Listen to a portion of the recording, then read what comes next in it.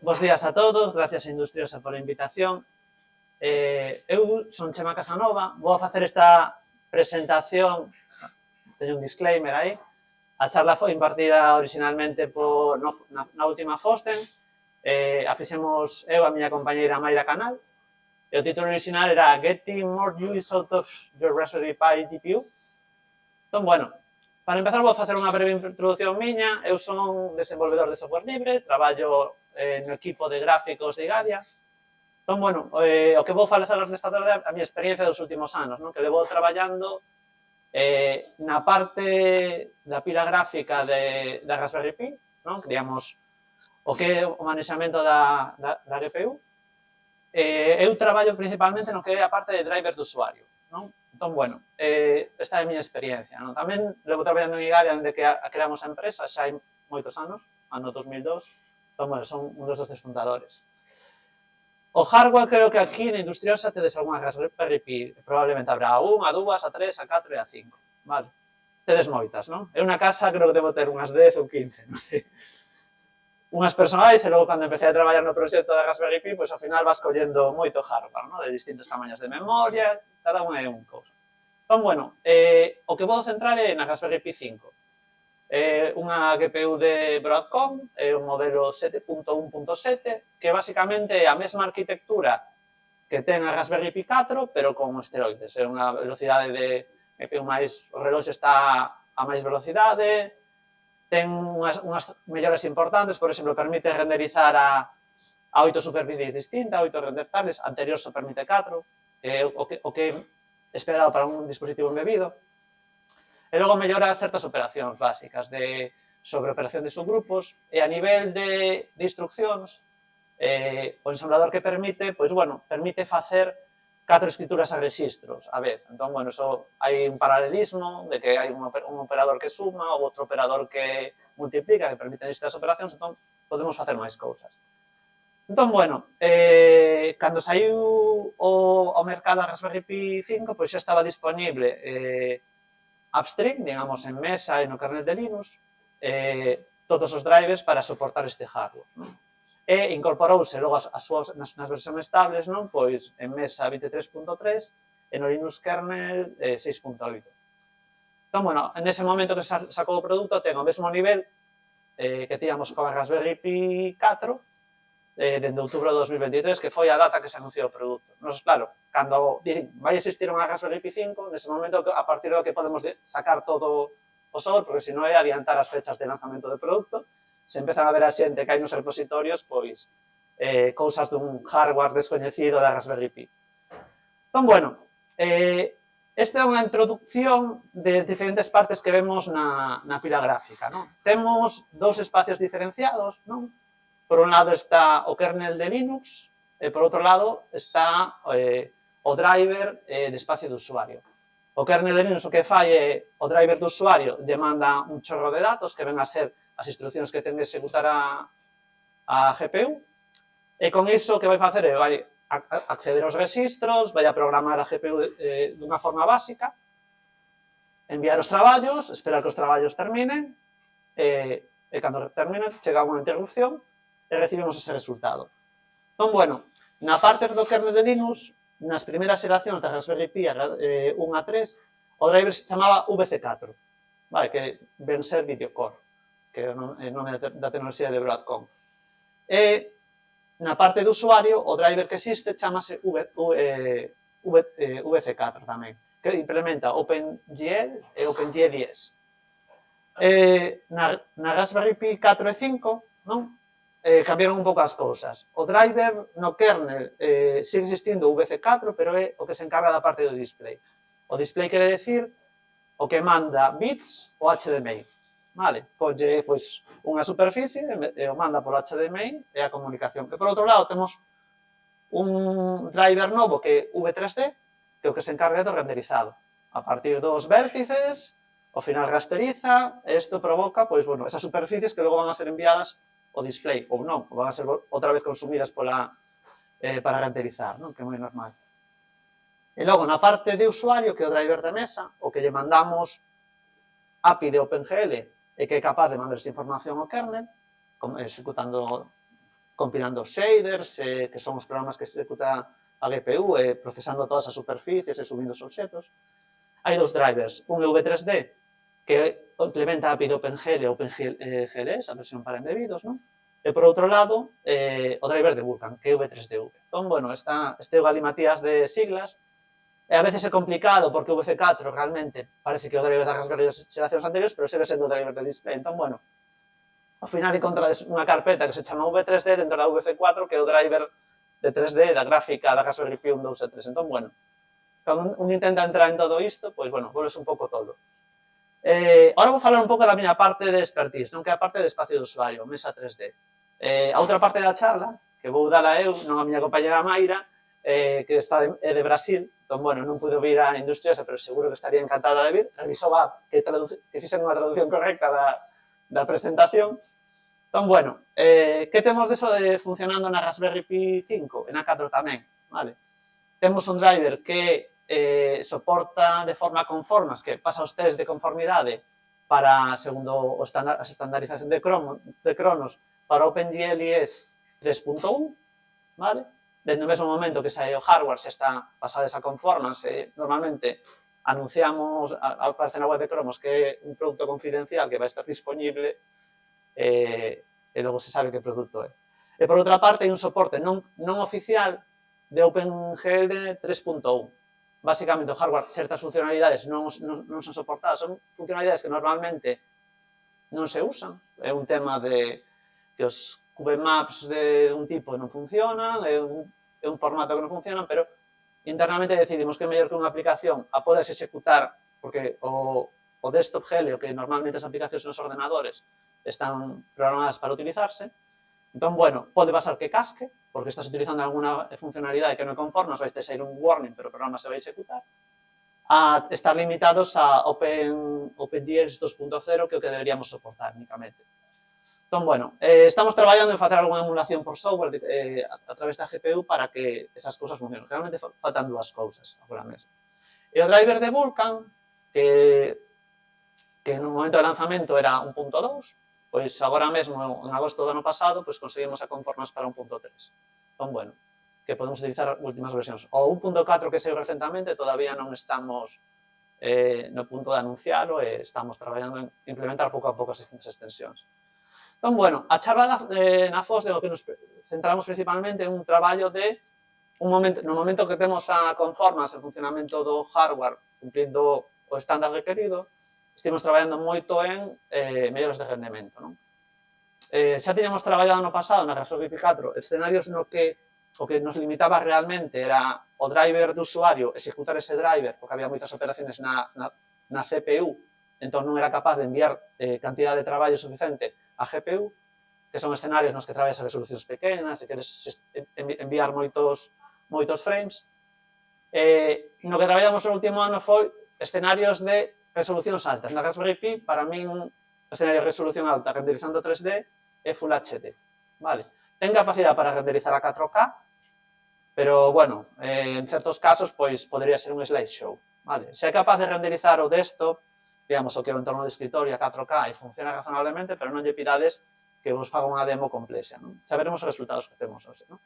No último ano de traballo, as probas que fixemos con un benchmark que é moi utilizado na industria, que é o GFX Bench, que podedes baixar nun móvil Android, executar a aplicación e ver que vos dá para o vosso móvil, que utiliza normalmente como estadísticas, non? Pois conseguimos unha mellora de media dun 100%, non? E vou centrarla principalmente en un tema. Este é un tema de benchmarking, non? Cando tes uns datos de rendemento, os probas e dis, vale, he conseguido neste benchmarking mellorar un 100%. Por qué? Porque no benchmarking atopamos algúns colos de botella, traballamos sobre elos e destapamos moitas melloras. Pero, logo, por exemplo, o probas no teu benchmarkings anteriores que tes feito e a mellora de rendemento maior que tes é un 4%. Ainda que os datos daqui sexan dun 100% de mellora. Entón, bueno, todo está disponible xa en Mesa 24.3, a última versión é Mesa 25.0. Este é o entorno de probas, non? Este framework é unha pena, pero non hai disponible para Linux, non funciona, digamos, realmente non hai, o que fai o desenvolvente non o ten, pero hai unha versión en Android, non? O que fixemos foi, o driver podemos instalar en Android, da RSGPI, e hai en Android 15 un kernel de Linux que podemos tamén executamos estes benchmarks en Android, non? Vou compararos o que tiñamos a final de ano 2023 co final de ano de 2024, non? Aquí vedes, pois, bueno, as diferentes demos que temos, unha se chama Aztec, unha utiliza OpenGL 3.1 e 3.0, non, estas son de OpenGL todas. Logo Manhattan, hai dúas versións, e unha clásica que é T-Rex. Unhas son de OpenGL 2.0, 3.0, 3.1, e, bueno, van das máis sinxelas, son máis antigas, a máis modernas, hasta arriba. Entón, bueno, para explicar estas optimizacións, quero entrar un pouco como funciona aquí o sistema de renderizado en embebidos. É moi normal utilizar o que se chama tile-based rendering, que poderíamos chamalo como renderizado baseado en teselas, ou tellas, é outra traducción que pon en Google Maps, en traducción. Entón, o proceso de renderizado ao final é, nós temos uns vértices, eses vértices o que se van a facer é aplicarlle texturizados, se van a ampliar texturas, e ao final vamos a ter unha imaxe final. Como funcionan as gráficas tradicionais? Pois o que se vai facendo é facendo chamadas de debuxado, draw calls, non? Esas chamadas de debuxado, pois escollen uns vértices, executan o vertex shader, que converte eses vértices en posicións do espacio, e logo o que se vai facer con eses triángulos é ver que textura se pinta nel. Dunha forma moi sinxelo, eso se leva o plano que é o frame buffer, non? O render target, e ali vas poñendo os valores. Sería a forma normal. Entón, fago unha draw call, fago todo ese proceso, e ao final teño unha superficie pintada. Que pasa? Nos sistemas embebidos non temos un acceso á memoria tan directo. Nos o que faríamos é pinto un triángulo, o que faría é pinto un triángulo, collo a superficie da memoria e pinto o triángulo inteiro. Entón, claro, habría que acceder cada vez que pintamos, non sabemos a que zona de memoria, vai ser un acceso de memoria aleatorio. O que fai o tile-based rendering é facemos o proceso en dúas partes. O primeiro é a etapa que chamamos pinning, que o que vai facer é identificar cada chamada de pintar os triángulos, vai identificar que trozos do frame buffer, cada unha deses cadriños, non? Vai afectar. Entón, pois ese triángulo vai afectar a esta serie de cadrados. Este triángulo a esta. Entón, ao final, temos unha lista de tiles e primitivas. Entón, o que vai facer é, sabemos que neste tile vai afectar a chamada 1, a 17, a 88 e a 50. E vas a ter unha lista con todo iso. Entón, o traballo da GPU vai apilando esas chamadas, sabe que pode unilas, porque sempre están pintando na mesma superficie, e ao final temos esa lista. Eso é traballo puramente de geometría, é saber, este triángulo afecta a este tile. E logo está o proceso de rendering, que é execución de todo mesmo, pero simplemente sabendo que esas chamadas van a afectar a estes trociños que temos aquí, vale? Cada un desos, pois un desos, podemos ver cada punto de arriba é un píxel, non? Entón, aquí o que vamos a facer é todas as operacións. Texturizar, vamos a aplicar cada un todas as chamadas unha detrás de outra, as que están afectando a cada un dos tiles. Entón, unha cousa que temos que optimizar é cantas máis chamadas de pintado podamos facer sobre o mesmo tile, mellor. Porque se cada traballo o que vai facer é acumular esas chamadas. Pode haber situacións nas que sexa obrigatorio decir, pois podemos facer todas estas chamadas seguidas. Aquí terminamos, fanse outra operación e logo volvemos a pintar neso. Cada vez que facemos iso implica cargar o tile buffer e gravar o tile buffer. É unha operación costosa. E máis, normalmente a carga do tile buffer é o que máis tempo leva nestes tipo de hardware. O mellor podemos ter unha pantalla Full HD e son tranquilamente 8 milisegundos dos 33 ou tantos é o que implica cargar e descargar unha vez. Entón, se temos que facer iso moitas veces por ciclo de pintado para un frame, pois a cousa se complica. Entón, bueno, a primeira optimización que fixemos foi unha bastante curiosa, porque íamos implementar unha funcionalidade que se chama texture barrier, que o que vai querer dicir é ti executas un shader, faz unha chamada de texture barrier e queres decir, quero que neste momento de execución todas as texturas que se han empregado, garantizar que están escritas, non? Entón, ao final nese momento que teño que decir é facer un flux. Un flux é unha operación de decir todo o procesado que está ahora mesmo en curso para a GPU ten que mandarse ao hardware. E despois diso, pois, bueno, empeza a facer outras chamadas para debuxar cousas que teñen garantido que o que estaba enviado para dibuxar antes xa está na memoria. Que pasou? Que, bueno, cando estaba facendo esta implementación, dime conta que podía implementar eso sen facer nada. É dicir, a chamada de texture barrier estaba funcionando sen facer nada. E digo, neste momento sería preciso que se enviara o hardware. Que pasa? Que detectamos que en moitas situacións o que estaba pasando é cando un traballo estaba escribindo ou lendo algo que escribira algo previamente, pois sempre se facía ese envío de traballo para garantizar esa identidade.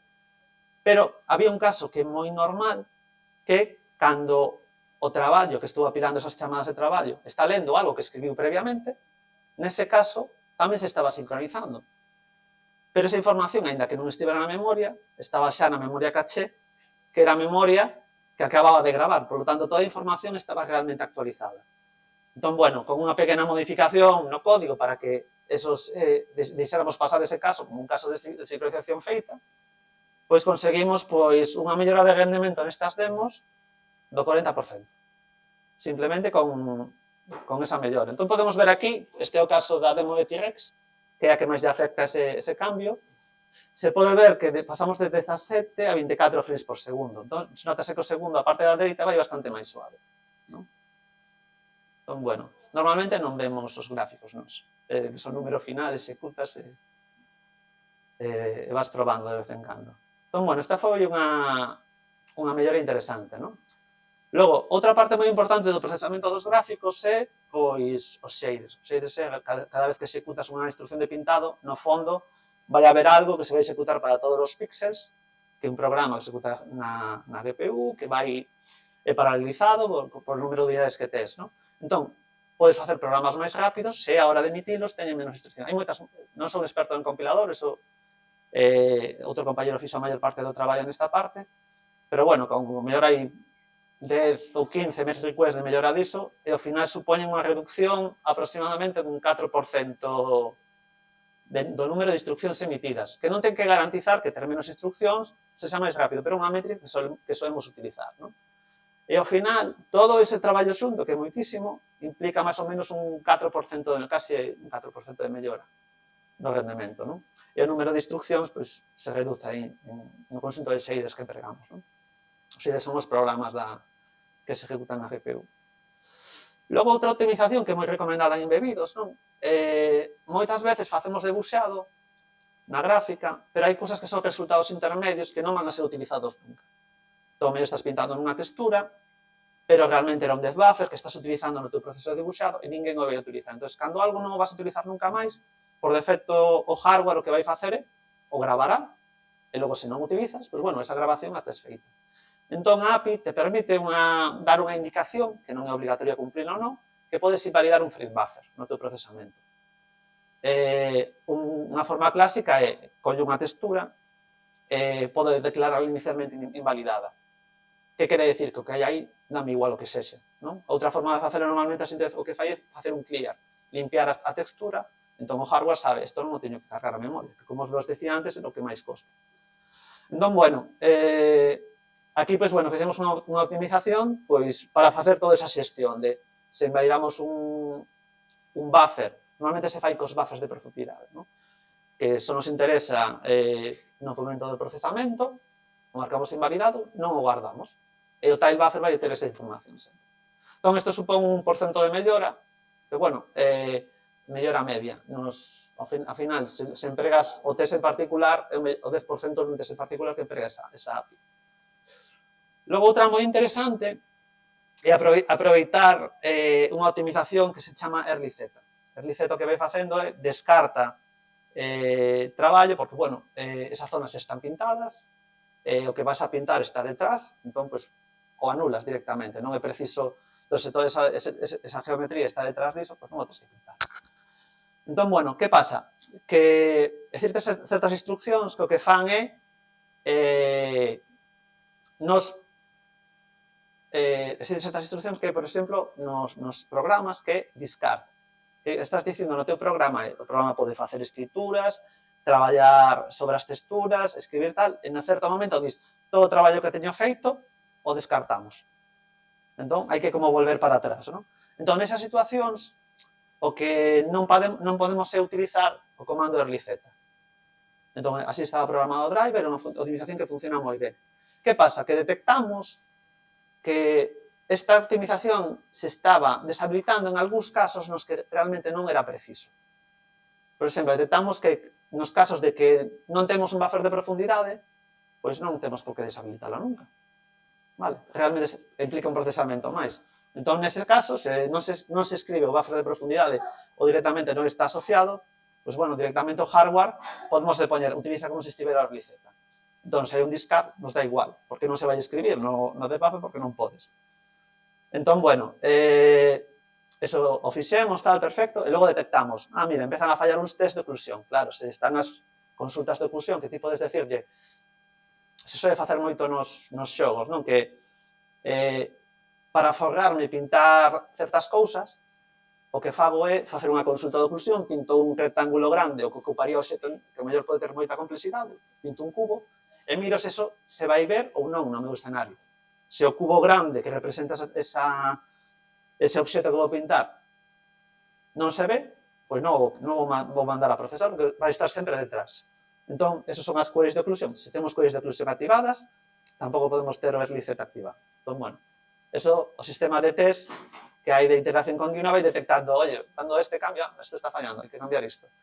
14% de mellora. Unha mellora, son incrementais, o que estou dicindo. Primeiro temos un 40%, sobre ese 40% intentamos un 14%, logo un 17%, por eso chegamos ao final un 100%. Digamos, incrementais serían como exponenciais, non? E logo está chulísima. Evitar cargas e descargas coa rasterización deshabilitada. Só afecta a unha demo destas que temos neste caso, non? E o que pasa é, nesa demo en particular se está empregando unha instrucción que o que fai é deshabilitar a rasterización do proceso final de pintado e o que se vai convertir os vértices na superficie. O que facía o código é disable rasterization. Entón, non é preciso facer esa parte. Pero o hardware, digamos, o driver, o que estaba facendo, independentemente desto, o que estaba facendo é, vale, se está isto deshabilitado, pois, bueno, pois non rasterizamos e xa está. Pero que cargar os buffers, se descargar os buffers, estaba facendo. Que pasa? Bueno, non podemos facelo así directamente. Temos que revisar que todos os traballos que facemos, ningún está utilizando a rasterización. Vale, eso non é moi normal. Pero resultaba que hai unha situación en particular que se estaba facendo iso. Que cando facemos o transfer feedback, que, ti, por exemplo, queres preguntar, pois, cantos triángulos están pintando, se traballa de xeometría. Pero ese tipo de consultas que se fan con transfer feedback, pois, bueno, interesa a parte xeométrica, pero pintado non se fai. Non é preciso facelo. E normalmente hai un único traballo. Entón, detectamos que nesa demo, en particular, mirando a e por que este traballo, que solamente ten unha petición, está cargando e descargando, e además sempre sobre o mesmo. Había transfer feedback, na implementación se deshabilitaba explícitamente a rasterización, entón o que podíamos facer directamente non vamos a cargar nada, non vamos a gravar nada, supón unha mellora nesas dúas demos, que son as de Manhattan, dun 40% nun caso e un 20%, simplemente quitando isto. E aquí podemos ver un slideshow, non? 4 frames por segundo, tamén están todas incrementalmente, non? En a parte dereita chegamos aos 13 frames por segundo, que casi se pode ver a demostración, que xa é algo razoable. Entón, bueno, está aí, pois, bueno, notase moita mellora.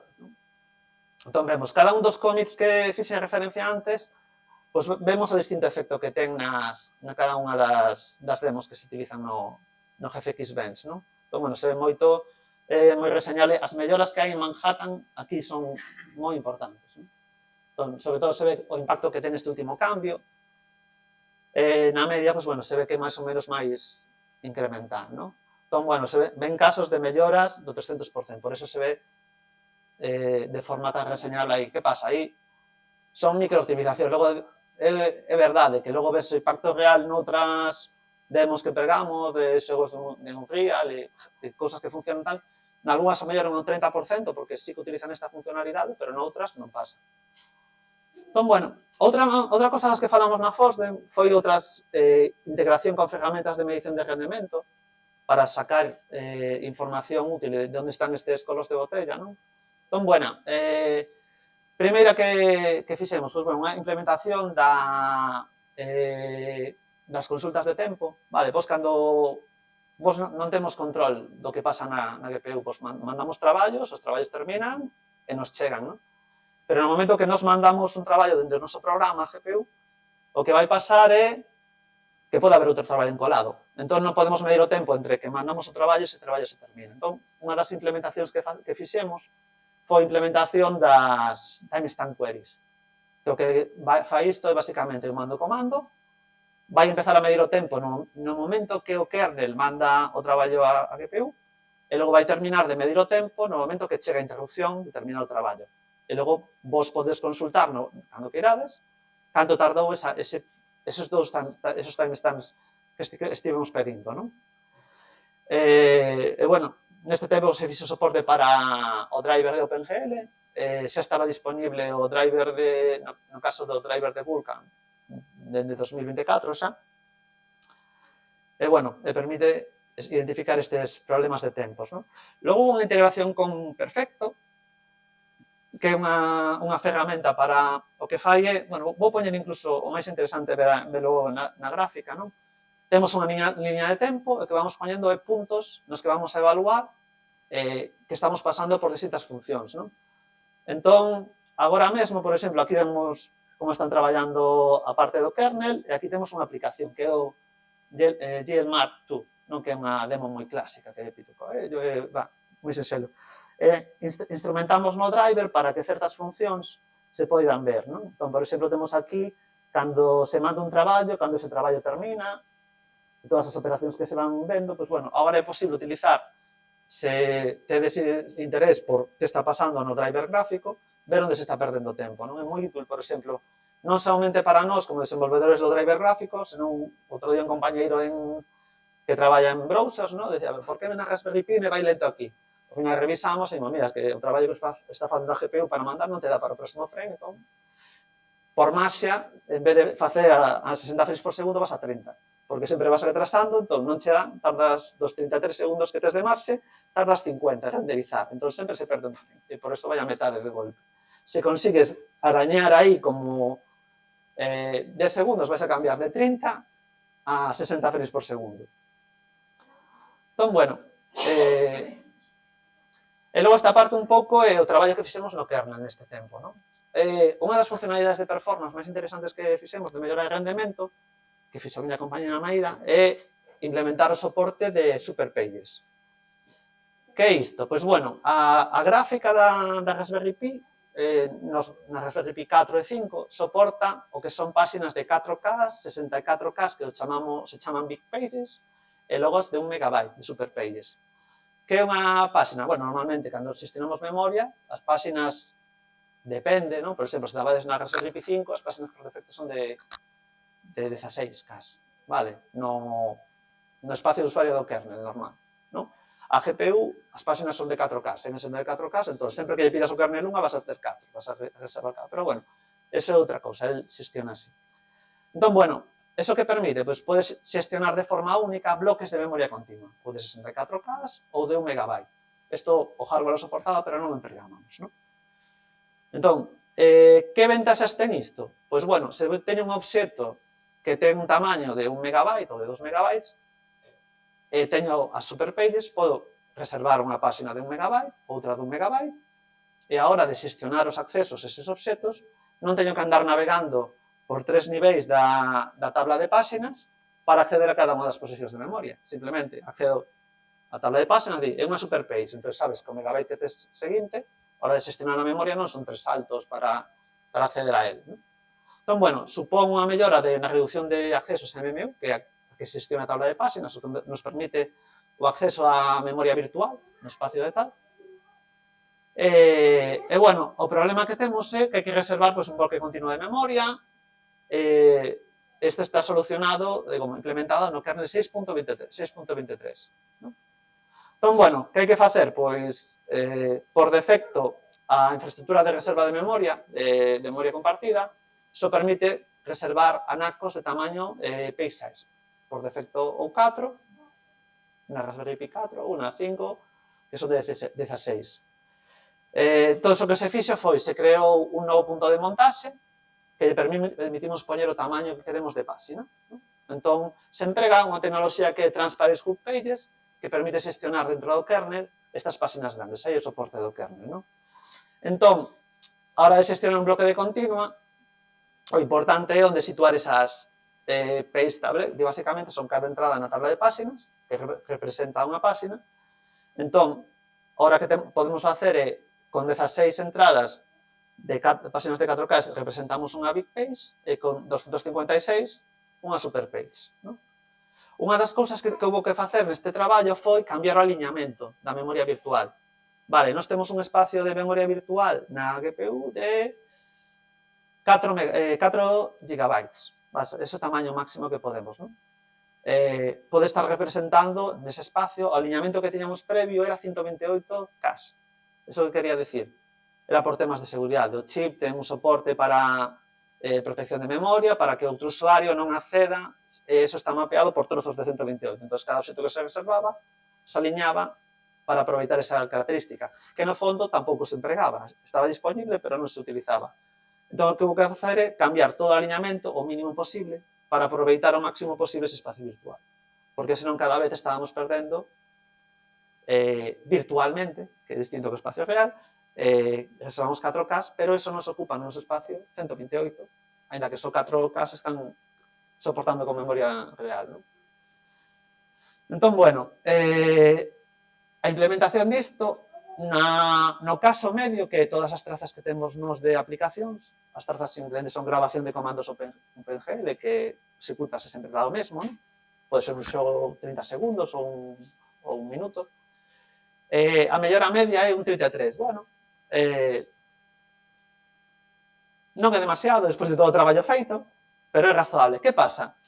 Que é unha memoria significativa nos casos de emulación. Creo que teño aquí, pois, bueno, simplemente os problemas que ten os script pages non se deben empregarse solo nos casos que utilizamos MathWise, que basicamente que esa memoria estamos dándolle un consello para decir, vamos a utilizar para este tipo de operacións o kernel, e nese caso funciona.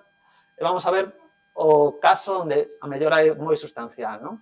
Nos emuladores. Ten un emulador para PlayStation 2, que a miña compañera Maida, para poder utilizalo legalmente, colleu os discos, comprou os xogos, tivo que facer o Doom das ISOs, bueno, unha cousa.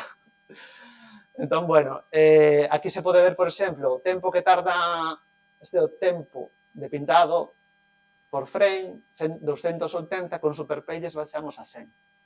É unha mellora, pois, bueno, reducimos nun máis dun 60% o tempo de pintado, simplemente cambiando a xestión de memoria, non?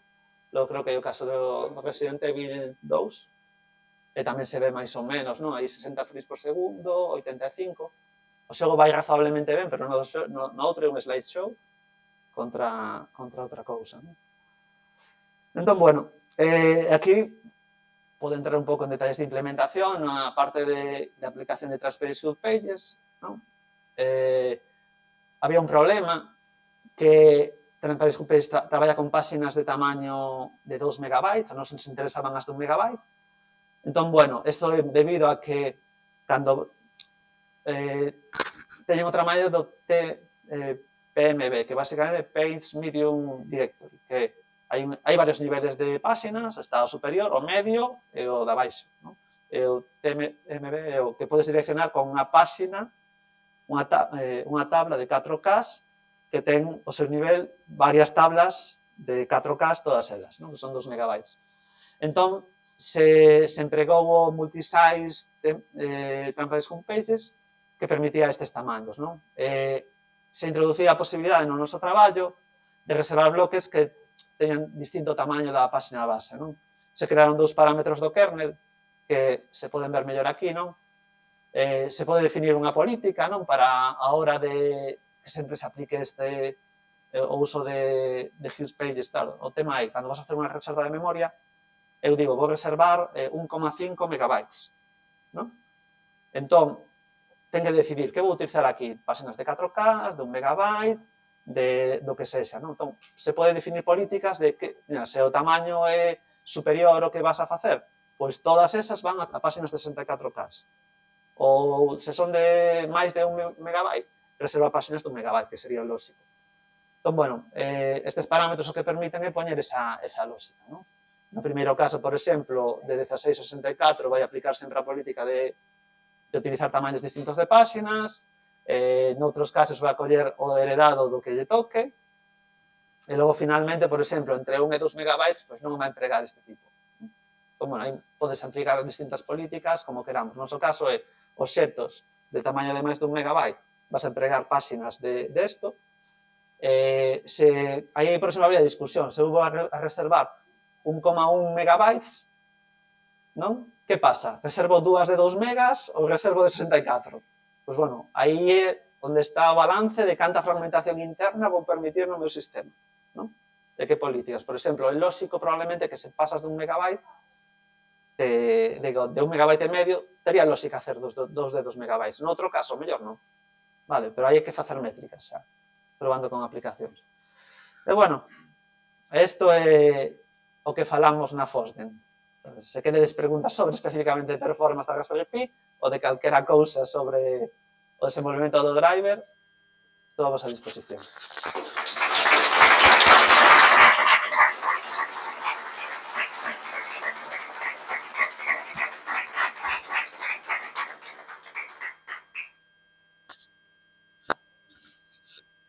Dos preguntas. La primera, bueno, entiendo que hacer mejoras de performance es mejor que hacer mejoras de conformance. Non sei. A ver, melloras de performance, o que pasa é, o difícil é, faz moitos intentos ata topar algo que sí xa significativo. Está guai cando tes un problema, digamos, isto porque vai tan lento, non? Cando tivemos acceso ás demos de XD, empezamos a probar cousas. Entón vas vendo, bueno, vamos medindo aquí, que pasa, por que vai isto tan lento? Entón, é entretenido, é divertido como buscar algo, pero de conformas moitas veces é desenvolvemento de funcionalidades. Entón, realmente, crear algo novo e tal, sempre o máis difícil, o que é máis aburrido, mellor é solucionar test. Cando facemos de performance, que o SEO ti pasas a conformas test suite, pero, claro, vai avanzando, está en desenvolvemento continuo, e o mellor, moitas veces hai algo que ha cambiado na test suite que deixou de funcionar. E tens que averiguar se fallou porque o test está mal ou é o driver o que está mal. A metade das veces falla nun sitio e no outro. Porque que fixo o test, o mellor o fixo para unha gráfica de AMD ou unha gráfica de Intel e non tivo en conciencia que hai unhas restriccións que aplican cando faz desenvolvemento en embebidos. Entón, bueno, non o ten en conta, non o probaron a túa arquitectura e, bueno, se faz un seguimento diario, pois, bueno, pero cando faz conformas unha vez cada 2 anos, pois, bueno, nos facemos o seguimento, pero, bueno, tiña dúbida. Eu traballo en performance o último ano, a verdade, un traballo interesante, pero interesante cando empeza a ir rápido. Pero os 2 meses que tes para atopar as 2 líneas que tes que cambiar, eso é o difícil. Sí, mi pregunta iba por ahí. Las herramientas que usáis para instrumentar, ¿cómo os modifican el performance, ¿no? En plan, ¿nos pasa de que cuando lo medís ves resultados que después cuando quitáis las herramientas de medir no tienen mucha relación? ¿Nos pasa esas cosas? Sí, pasa. Por exemplo, comentaba antes, nós instrumentamos o soporte de medición de tempos, timestamp queries, non? Está guai, porque podes medir, eu fago este pintado, empezo a medir, mido o tempo, o timestamp nese momento, pinto cousas, mido noutro momento o tempo. Que pasa? Que, claro, estamos cun sistema de tile-based rendering, que se eu fago pintado, o que vai facer que xunta todos os pintados nun traballo e os manda. Se eu estou medindo o tempo, que vai facer? Pintado. Medición de tempo, hai que parar todo o que hai estar aí, mandar a GPU, cargar, escribir, empeza outro traballo, o manda a GPU, gravas, escribes, termina o traballo e tes o tempo. Entón, estás realmente medindo 2 cousas diferentes. Entón, claro, nós, por exemplo, o que facemos é non utilizamos o espacio do usuario, senón medimos directamente, por exemplo, tal e como está cada traballo, temos que medirlo no momento de inicio. Que pasa? que sí que temos que facer aí, temos que esperar. Se manda un traballo, espero que o traballo termine, e non pode estar enviando, que sería o uso normal da GPU. Eu envío o traballo e o driver sigue funcionando. Nos, para medir eses tempos ou ver onde están os pelos de botella, paramos, esperamos, recibimos o traballo, sabemos o tempo real, e xa está, para non cambiar esas medicións no máximo posible. Que pasa? Que estamos perdendo paralización no momento que tal. Normalmente se respeta eso, porque vai ir moito máis rápido seguir eses tempos. Pero claro, o programa vai máis lento cando estás medindo. Entón, sí que temos ese impacto, pero somos conscientes dele.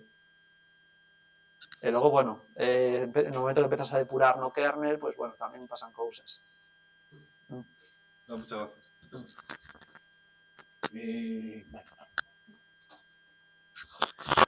Bueno, eu pregunto máis de ata que punto compensa hoxe en día, xa que controlas isto, seguir enrolando a parte de OpenGL a vez que o Vulkan cando xa hai capas como a Zinc e demais que poden dar un rendemento máis razable en OpenGL traballando sobre Vulkan exclusivamente.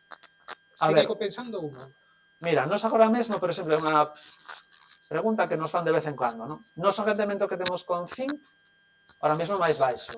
Entón, como xa temos o driver OpenGL e OpenGLS, porque isto vende antes xa de que existira Zinc, pois non ten sentido, pois a priori, tirar todo ese traballo feito tendo o driver. O sea, se moito hardware que se está desenvolvendo agora, o que fase directamente desenvolves o driver para Vulkan e logo empezas a utilizar Zinc e vas detectando que melloras aí.